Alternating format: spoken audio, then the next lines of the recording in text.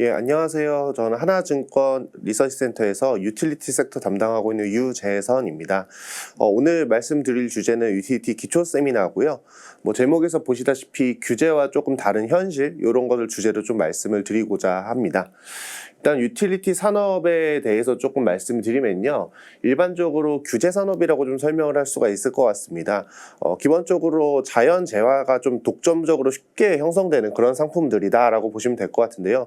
좀 쉽게 더 말씀드리면은 전기, 수도, 도로, 가스와 같이 인프라가 한번 투자가 됐을 때 다른 어떤 경쟁자들이 쉽게 진입하기 어려운 그런 섹터다라고 보시면 될 것 같습니다. 그래서 아무래도 자연 독점이 형성이 되다 보면은 요금 인상에 있어서 사업자가 좀 자의적으로 할 수 있는 그런 권한이 좀 강해지는 편이고요.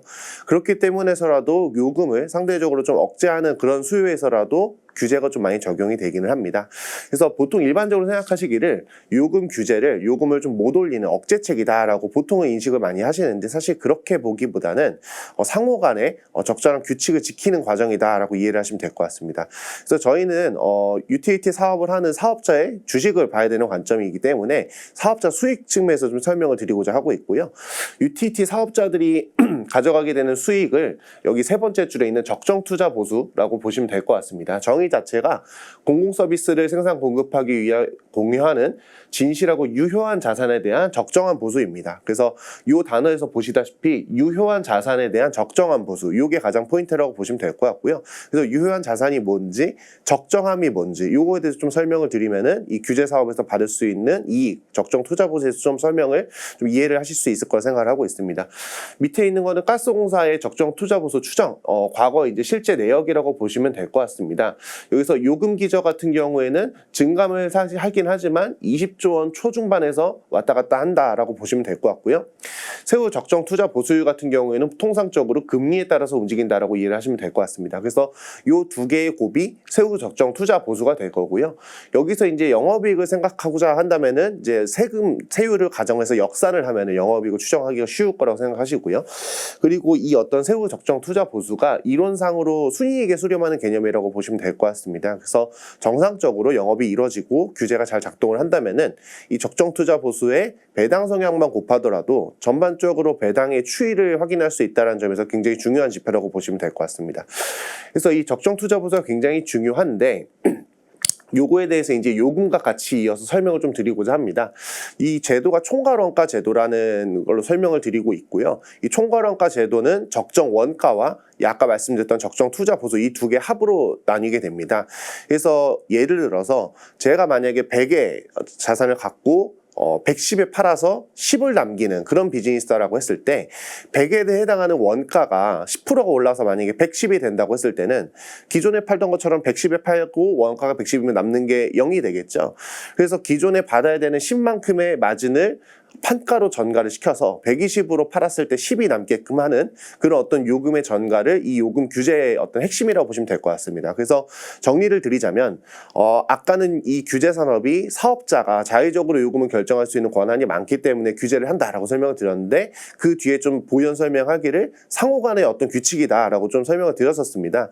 그 상호 간의 규칙이라는 게 원가가 올랐을 때 판가로 전가를 시켜서 적정 투자 보수를 보장받게 하는 그런 시스템인 동시에 혹은 반대로 원가가 내려갔을 때는 전체적인 판가를 떨어뜨려서 초과 수익을 얻지 못하게 하는 그런 식으로 작동한다고 보시면 될 것 같습니다. 그래서 여기 있는 첫 번째 줄에 있는 보시면은 적정 원가에 대해서 증분을 요금으로 잘 전가를 시켜서 투자 보수를 남기자. 이 규제의 핵심이라고 보시면 될 것 같습니다. 그래서 이 규제가 작동만 한다면 적정 투자 보수만 추정해도 거의 한 90%는 된다라고 이해를 해주시면 될 것 같습니다. 그래서 이 어떤 적정 투자 보수를 구성한 항목 중에 하나인 요금 기준을 먼저 말씀드리겠습니다. 정의는 두 번째 줄에 있고요. 영업용 순자산입니다. 그래서 거의 대부분 다 유형 자산이라 보시면 될 것 같고요. 유형 자산 외에는 일부 재고자산, 운전자분에 들어가는 재고자산 항목이 일부 요금 규제 변화 요인으로 작용을 합니다. 여기서 예로 말씀드렸던 가스공사 같은 경우에는 운전자금 중에서 원료비가 차지하는 항목이 상당히 큽니다. 그래서 이게 전체 요금 기조 중에서도 많은 부분을 차지하고 있고요. 예를 들어서 설명드린 이 한국가스공사의 운전자금 중에서 원료비는 대부분 다 천연가스입니다. 그래서 천연가스의 가격, 유가라든지 환율이라든지 이런 변수에 따라 바뀌겠죠. 판매량도 있을 거고요. 그래서 핸들링하는 운전 자본의 양과 이런 어떤 원자재 가격의 변화에 따라서 운전 자본이 그 요금 기저가 변하게 됩니다. 그게 어떻게 보면은 요금 기저의 변화 원천 중에 하나다라고 보시면 될 것 같고요. 가장 주된 거는 투자비와 감가상각비입니다. 아무래도 유형 자산이 가장 많은 비중을 차지하다 보니까 이 산업에 투자되는 돈과 그리고 좀 빠져나가는 돈, 요 밸런스가 상당히 중요한 영향을 미친다라고 보시면 될 것 같고요. 조금 더 다르게 설명을 드리자면은 예를 들어서 한국이 이제는 선진국 반열에 들어섰고 있던 어떤 가스 혹은 전력 인프라가 많이 포화 상태가 됐습니다. 공급이 많이 원활하게 다 되고 있다라 드리는 말씀인 거고요. 예를 들어서 우리나라가 개발도상국이었다라고 한다면은 가스 배관 혹은 전력 설비가 많이 확충이 돼야겠죠. 그러면 이렇게 성장하는 산업에는 투자비가 늘고 요금 기저는 유형 자산 증가에 따라서 같이 동반 상승하게 될 수밖에 없습니다. 그래서 우리나라 같이 이제 어느 정도 성숙도에 이제 도달한 그런 영역의 유틸리티 섹터 같은 경우에는 투자비가 많이 늘지는 않습니다. 감가상각비도 크게 변하지는 않고요. 그렇기 때문에 운전자본 중 재고자산의 변화가 당분간은 이 전체 요금 기저의 주요 변화 요인이다라고 이해를 해주시면 될 것 같습니다. 그래도 한 20조 원 내외에서 변화하는 그런 팩터다라고 이해를 하셔도 크게 문제는 없을 것 같습니다. 다음으로 다음 요소 중 하나의 이제 투자 보수 유율 설명 드릴 텐데요. 가중평균 자본 비용을 사용을 합니다. 그래서 여기서 이제 자기 자본 비용, 코스트 오브 에퀴티는 그래도 바로 시장 데이터를 가지고 추정이 가능하고요. 리스크 프리 레이스는 국고채 5년물, 연간 금리 평균, 직전 연도 거를 사용을 합니다. 그러니까 올해가 2023년이니까 작년 연간으로 데일리 기준으로 국고채 5년물 금리 평균이 리스크 프리 레이스로 적용된다라고 보시면 될 것 같고요. 5년 일평균 베타, 그러니까 이 산업이 갖고 있는 고유의 리스크를 측정하는 데 있어서 상장된 주식이다 보니까 주가의 변화를 기반으로 리스크를 측정한다고 간주를 합니다. 그래서 가스공사의 주가 일평균 5년치를 베타를 적용을 해서 이제 베타를 사용을 하고요. 그리고 리스크 프리미엄은 6으로 고정이 돼 있습니다. 그래서 이 세 가지 변수를 통해서 CAPM 공식을 통해서 COE를 도출을 하게 되고요. 타인 자본 비용은 사실은 정확한 시장 추정은 어렵습니다만 시중 금리나 뭐 차입금 변화 이런 걸 통해서 간접적으로 보실 수 있을 것 같습니다. 자본 구성비도 마찬가지고요. 그래서 이 어떤 자기 자본 비용이 가장 중요한 비중을 갖고 숫자도 크다 보니까 아무래도 요거를 추정함으로써 세후 투자 보수율을 얼추 비슷하게 맞출 수 있다는 그런 좀 장점을 갖게 되고요. 그래서 가장 중요한 팩터는 베타와 금리입니다. 그 베타는 보통 어느 정도 높은 수준에서 유지가 되다 보니까 지금은 아무래도 금리가 조금 더 중요한 팩터가 되고 있다라고 보시면 될 것 같고요. 아무래도 2022년에 굉장히 높은 금리를 적용받다 보니까 2023년에는 투자 보수율이 많이 올라갔을 거로 추정을 하고 있습니다. 아직 시장의 공개는 정확하게 되지는 않았고요. 개인적으로 추정키로는 5%대 이렇게 될 수 있지 않을까 이렇게 좀 추정을 하고 있습니다. 그래서 이 두 가지의 곱이 적정 투자 보수가 되고요. 여기다가 배당 성향을 곱해서 배당을 얻는 그게 이제 어떻게 보면 유틸리티의 가장 기본이 되는 부분이라 보시면 될 것 같습니다. 하지만 현실적으로는 이게 좀 작동을 잘 안 하는 경우가 많다라고 보시면 될 것 같고요. 예를 들어서 가스공사 같은 경우에 적정 투자 보수가 분명히 플러스로 찍혔고 그동안 유지해오던 배당 성향이 있음에도 불구하고 2022년 실적 기반으로는 배당을 집행하지 못했습니다. 미수금이라는 것 때문에 발생한 문제라고 보시면 될 것 같고요. 미수금이라는 것을 살짝 설명을 드리면 다시 앞으로 오셔서 이 어떤 적정 원가, 예를 들어서 제가 갖고 있는 아까 말씀드렸던 100원의 원가를 110원에 팔아야 되는데 실제로 판매 가격은 110원에 고정돼 있지만 원가가 200원이 됐을 때 저는 90원의 손해를 보게 될 겁니다. 요거를 손익계산서에 바로 반영하는 게 한국전력의 회계 시스템이라고 보시면 될 것 같고요. 이 나머지 부족분 90원에 대해서 미수금으로 자산 계정으로 집어넣는 게 가스공사의 계정이 회계 시스템이라고 보시면 될 것 같습니다. 그래서 지금 사실상 가스공사 입장에서는 제대로 받아야 될 돈을 못 받다 보니까 사실상 적자와 다름없는 상태였기 때문에 배당을 못하게 그렇게 만들었던 거라고 보시면 될 것 같고요. 그래서 이렇게 시스템이 존재를 하지만 시스템 외적인 요소, 물가라든지 혹은 정책 당국의 결정이라든지 이런 것 따라서 굉장히 많이 영향을 받는 섹터라서 어떻게 보면 규제랑 현실이랑 약간 좀 동떨어져 있다 이렇게 좀 설명을 드리고 싶습니다. 그리고 무엇보다 이제 한국전력을 조금 말씀을 드릴 텐데요. 한국전력 같은 경우에는 같은 총괄원가 규제를 적용을 받고 있습니다. 그래서 보시면 숫자가 다 나오고 있고요. 밑에 이제 적정 투자 보수도 보시면 아시겠지만 거의 다 양수입니다. 요금 기저가 정의상 영업용 순자산이니까 유형 자산이 마이너스로가 되기 굉장히 힘들겠죠. 그리고 세후 투자 보수율 같은 경우에도 CAPM으로 산출된 자기자본 수익률은 거진 다 플러스가 될 겁니다. 타인 자본 수익도 마찬가지고요. 베타가 마이너스로 가지 않는 이상은 가중평균 자본 비용이 음수가 나오기 쉽지는 않습니다. 그래서 양수 곱하기 양수는 양수다 보니까 당연히 이론상으로는 적정 투자 보수, 가져가야 될 돈은 늘 항상 플러스가 될 수밖에 없습니다. 근데 이게 잘 지켜지지 않고 있는 거는 어떻게 보면 가스공사보다도 훨씬 더 비탄력적인 요금 규제가 적용되고 있기 때문이라고 보시면 될 것 같고요. 물론 작년 같은 경우에는 원자재 가격이 워낙 많이 뛰다 보니까 가스시장, 전력시장 모두 요금 측면에서 굉장히 규제를 타이트하게 적용을 받았긴 했었습니다. 근데 역사적으로 봤을 때는 아무래도 전력이 상대적으로 조금 더 규제를 좀 강하게 받았다라고 이해하시면 될 것 같고요. 그 정도의 차이여서 그런지 모르겠지만 한전은 미수금 회계 처리를 사용을 못하고 있고요. 요금도 적절하게 전가가 되지 않고 있고, 그래서 이런 어떤 적정 투자 보수라는 개념도 사실상 뭐 이론상으로 존재하는 숫자다라고 이해를 하시면 될 것 같습니다.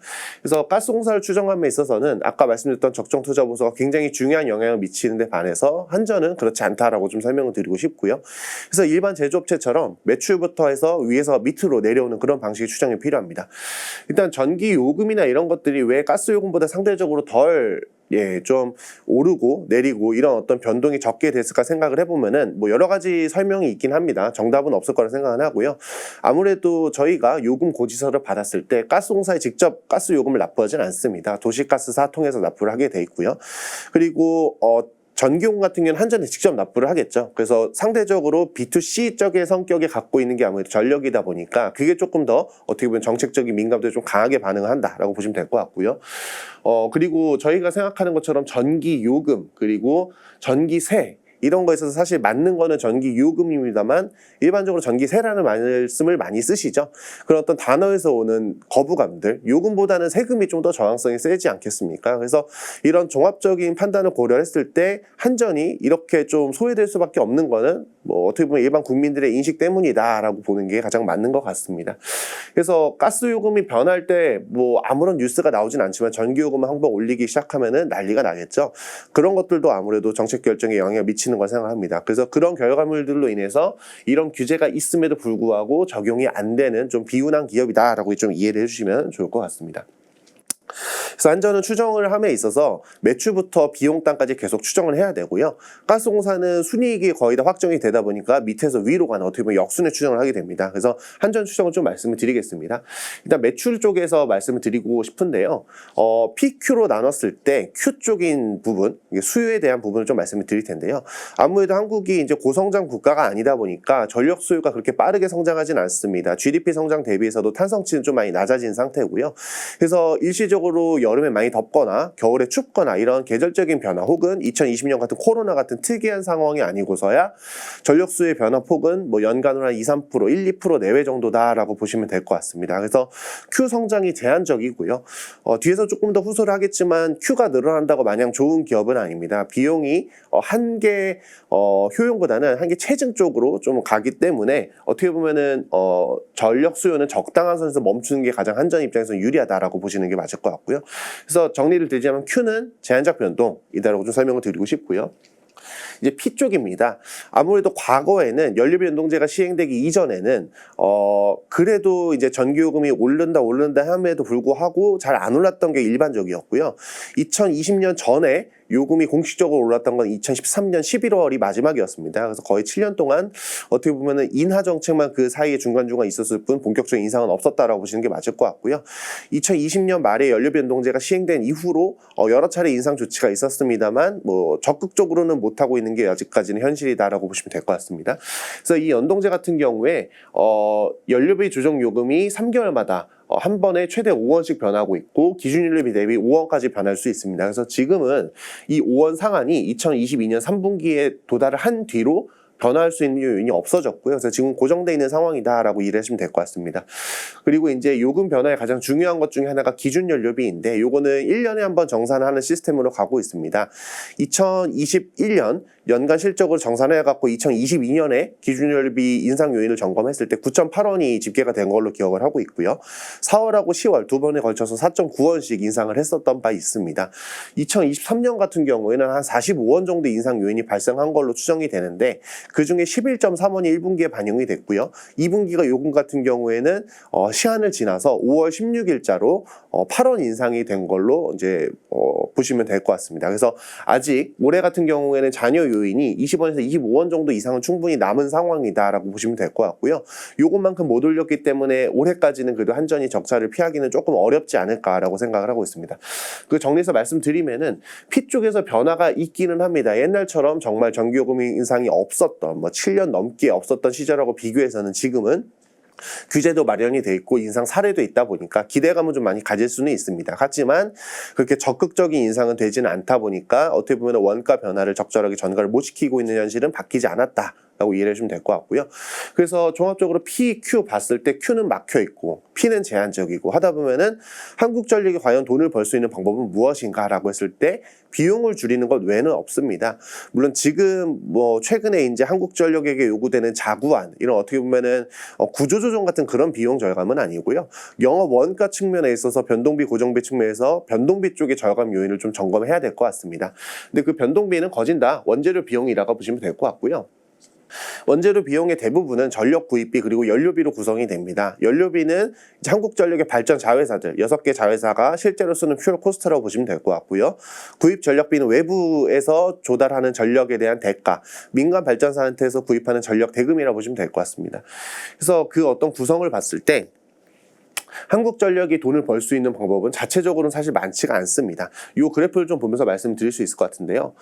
한국 같은 경우에는 아직은 전력 시장의 정산 시스템이 원재료 가격이 싼 거 순서부터 비싼 거 순으로 발전소를 돌려서 가장 비싼 발전기가 시장 가격을 결정하는 시스템으로 구성이 되고 있습니다. 그래서 우리나라는 원자력, 석탄, LNG 이런 순서로 원가가 올라간다고 보시면 될 것 같고요. 전력수의 대부분은 LNG 발전소 딴에서 결정이 되는 편입니다. 그래서 이런 구성을 봤을 때 전력 판매 단가, 제한적인 변동이긴 하지만 전력 판매 단가보다 정산 단가, 발전사로부터 사오는 자회사로부터 사오는 것도 사오는 거니까요. 정산 단가가 훨씬 더 낮게 형성돼 있는, 그러니까 초록색 곡선이 회색 곡선보다 위에 있는 공간이 넓어야 한전이 돈을 번다라고 보시면 될 것 같습니다. 그럼 이렇게 되려면은 원자력하고 석탄 같이 정산 단가가 아무래도 낮은 그런 설비들이 좀 더 많이 늘어나고 발전을 양을 늘려서 이 어떤 전체 믹스에서 비중이 늘어나게 된다면은 어떻게 보면 비용이 절감이 될 수가 있겠죠. 그러면 설비가 늘어나야 되는데 설비가 늘어나는 속도가 그렇게 빠르진 않습니다. 2011년에 정전이 있었던 이후로 기저 설비가 많이 들어왔던 사이클, 2015, 16, 17 이 사이클 대비해서는 조금 느리지만 그래도 점진적으로 늘어나고 있기는 합니다만 과거 같은 빠른 변화는 아니라서 이쪽에서 기대할 부분은 많지는 않고요. 2018년, 19년, 20년 들어서 원자력 발전소 이용률이 굉장히 낮았던 시기 대비해서 지금은 상당 부분 정상화가 됐습니다. 그리고 석탄 발전소 같은 경우에는 미세먼지 계절 관리제에서 겨울철에 가동률을 낮추는 것 플러스 상시적으로도 배출량을 줄이기 위해서 가동률이 그렇게 많이 높지는 않은 상황입니다. 그래서 이 두 메인 기저 전원의 비중이 늘어나기 힘든 상황이라는 거 먼저 말씀을 드리고 싶고요. 그러면 한전이 자구책으로 고려할 수 있는 어떤 원가 절감 수단이 뭐가 있을까 한다면은 사실은 여기서는 더 이상 고려할 수 있는 부분이 없다라고 보시면 될 것 같습니다. 원자력 우라늄 가격 비싸지 않습니다. 가격 얼마나 올라도 크게 영향을 미치지는 않고요. 유연탄 가격 많이 올라가면 부담이 커질 수 있습니다. 발전 자회사들의 주요 믹스 원천이다 보니까 연료비 증가 요인으로 보시면 될 것 같고요. LNG 가격, 유가에 따라서 혹은 아시아 LNG 천연가스 가격에 따라서 굉장히 변동이 큽니다. 작년에 적자 대부분은 LNG와 석탄에서 나왔다라고 보시면 될 것 같고요. 그리고 이 어떤 원자재 가격들은 다 환율에 의해서 영향이 미칩니다. 죄다 수입을 하기 때문이고요. 그래서 원자재 가격과 환율 변동 그리고 기저발전소의 비중과 발전량 변화 이게 가장 중요한 부분들인데 한전이 수술할 수 있는 건 없다라고 보시면 될 것 같습니다. 그래서 정말 천수덕 구조로 원자재 가격이 내리기만을 바라야 되는 상황이다라고 보시면 될 것 같고요. 그래도 다행인 것은 작년에 전쟁으로 인해서 급등했던 원자료 가격들은 지금은 많이 안정화되고 있는 추세다라는 점에서 위안을 찾을 수 있을 것 같습니다. 발전 설비나 이런 것들은 재생에너지 중심으로 잘 늘어나는 계획이라고 보시면 될 것 같고요. 요거는 중장기적으로도 계속 이어지는 흐름이다라고 보시면 될 것 같습니다. 기저발전 설비는 아까 말씀드린 것처럼 늘어나기는 하지만 현재 건설되고 있는 것들 그리고 향후 건설이 재개되는 것들까지 포함해서는 2026년 7년까지 순증하긴 하겠지만 석탄 발전소 스크랩이나 이런 걸 고려했을 때는 증가폭이 조금은 과거보다는 좀 낮을 수 있다 이렇게 좀 말씀을 드리고 싶습니다. 이후에 이런 것들은 참고사항으로 살짝씩 보여드리고요. 한전이 실적이 가장 좋을 수 있었던 해와 가장 나빴던 해를 좀 비교를 드리겠습니다. 한국전력의 영업실적이 가장 좋았던 해는 사실 2015년, 16년이고요. 근데 그 당시보다 2020년의 원가 환경은 훨씬 더 좋았었습니다.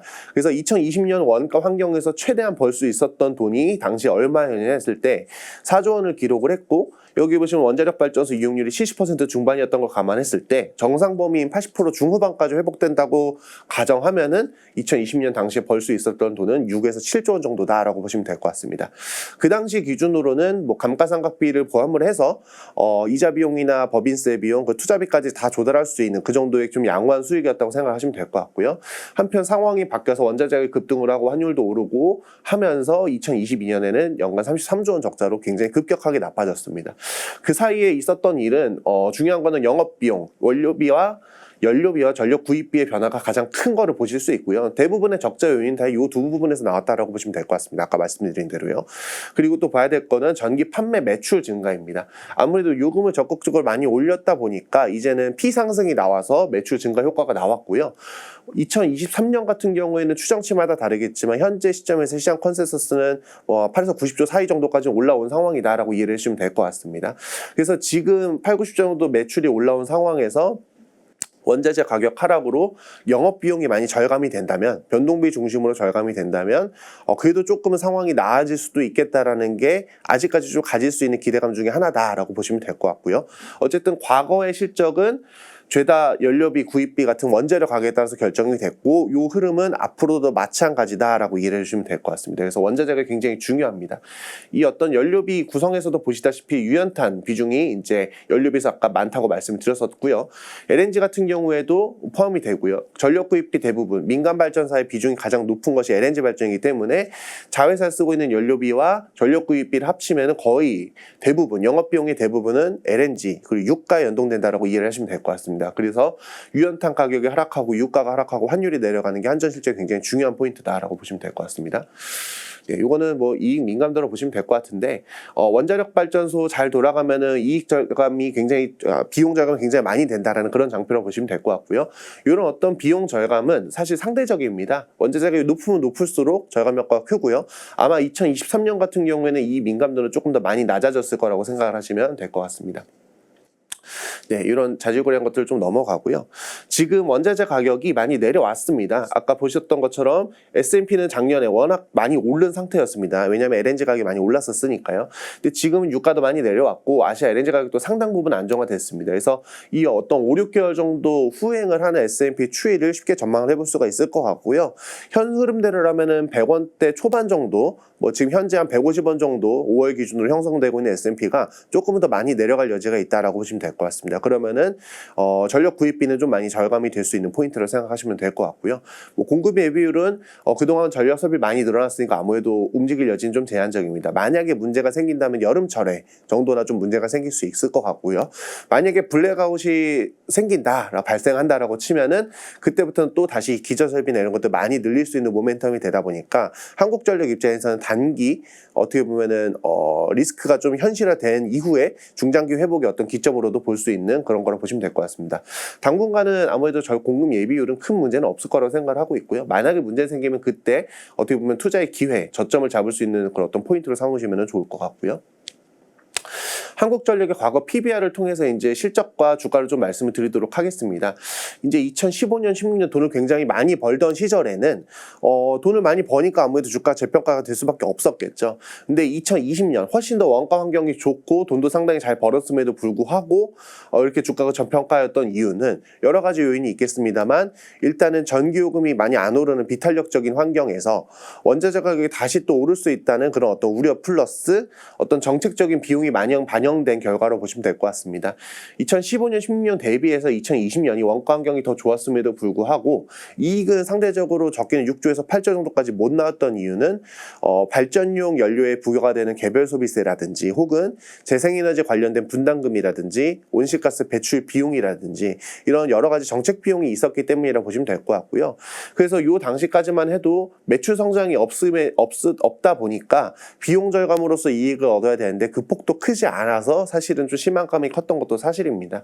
근데 지금은 상황이 그래도 그때보다 나은 게 매출의 규모가 상당히 많이 늘어났기 때문에 같은 수준의 비용 절감이라고 하더라도 이익의 증가폭은 상당히 커질 수 있다는 게 그때와는 좀 다른 포인트라 생각하시면 될 것 같고요.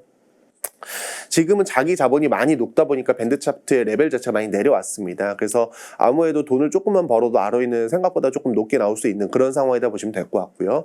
아직까지 올해 연간으로는 적자를 전망하고 있기 때문에 이 북밸류는 조금 더 낮아지는 걸 반영해서 PBR은 여전히 계속 자본 감소로 인해서 좀 비싸지고 있다라고 이해하시면 될 것 같습니다. 그래서 이게 정당화되고 조금 더 목표 주가 상향으로 이어지기 위해서는 조금 더 많은 숫자의 실적이 필요하다라고 이해를 하시면 될 것 같고요.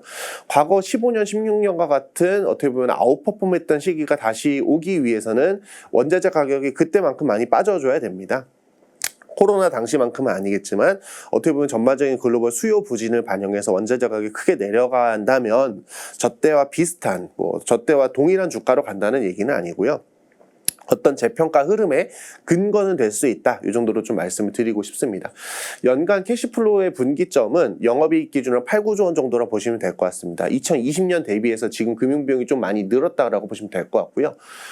기타 비용 4조 원이라고 말씀드렸는데 여기다가 이제 금융비용 증분하고 법인세 비용 이런 기타 등등 걸 더하면 조금 더 플러스가 된다라고 보시면 될 것 같습니다. 그래서 영업이익 기준으로 8, 9조 정도는 돼야 한국전력이 자생적으로 외부 투자비 조달 없이 운영이 가능하다라고 보시면 될 것 같고요.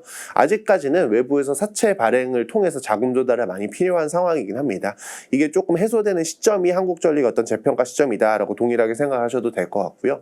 이론상으로 ROE는 정상적인 경우에서는 3에서 5% 세후 적정 투자 보수율에 수렴을 하게 되는데 지금은 자본이 많이 낮아진 상태다 보니까 아무래도 아까 말씀드린 것처럼 만약에 정상적으로 돈을 번다고 했을 때는 ROE 레벨은 두 자릿수 이상으로 될 수 있다라고 이해를 하시면 될 것 같습니다. 그래서 PBR이 워낙 변동이 크다 보니까 타겟을 정하는 굉장히 어려울 수는 있고요. 그래도 과거 원자재 가격 흐름하고 현재 원자재 가격의 추이 이런 거를 보면서 과거에 어느 정도 시기에 재평가를 받았다는 정도의 참고 용도로 좀 확인하시는 게 좋을 것 같습니다. 그리고 가스공사 같은 경우에는 굉장히 안정적인 밴드 안에서 움직이고 있는 거는 그래도 자본 감소가 좀 제한적이 있기 때문이다라고 보시면 될 것 같고요.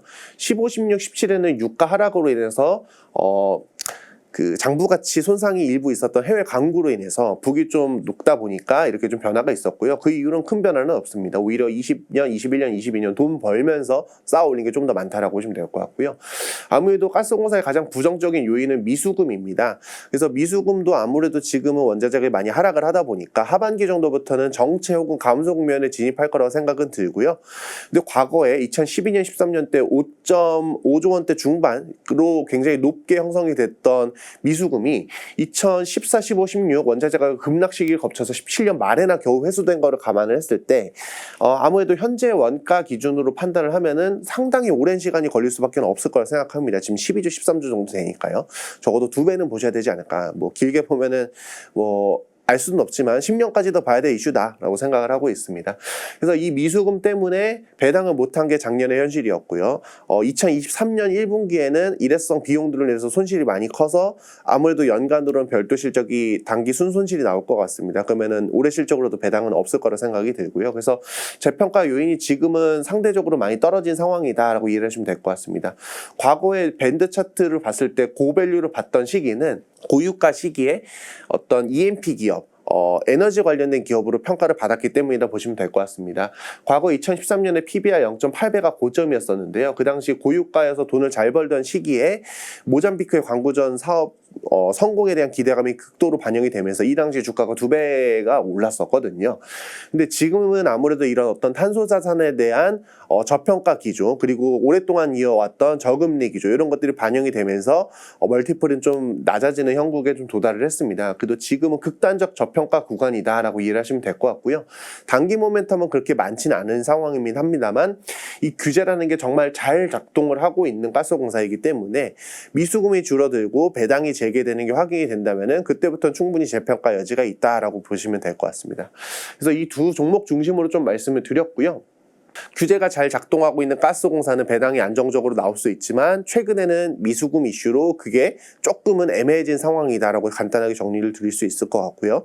규제가 잘 작동하지 않은 한국전력 같은 경우에는 최근 원자재 가격 급등으로 인해서 자본이 굉장히 많이 감소를 하면서 기업이 많이 부실화되긴 했는데 원자재 가격이나 이런 것들이 최근에는 많이 하락 반전을 하면서 상황은 조금 더 개선될 여지는 있고 여태까지 누적된 요금 인상으로 인해서 원자재 가격이 조금 조금만 하락을 한다면은 상당히 좀 많이 괜찮아질 수 있다의 정도로 좀 톤을 이해해 주시면 좋을 것 같습니다. 그래서 최대한 좀 어려운 얘기 간략하게 설명을 드리고자 노력을 했는데요. 혹시나 궁금한 부분이 있으시면은 언제든지 문의를 주시면 답변 드리도록 하겠습니다.